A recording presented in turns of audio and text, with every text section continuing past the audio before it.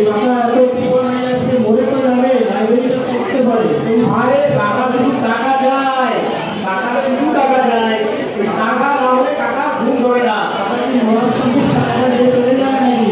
আরে কি করে বলবো অনেক করেই তো রাজি করানোর চেষ্টা করলাম কোনোভাবেই টাকা রাজি হচ্ছেন না টাকা এসে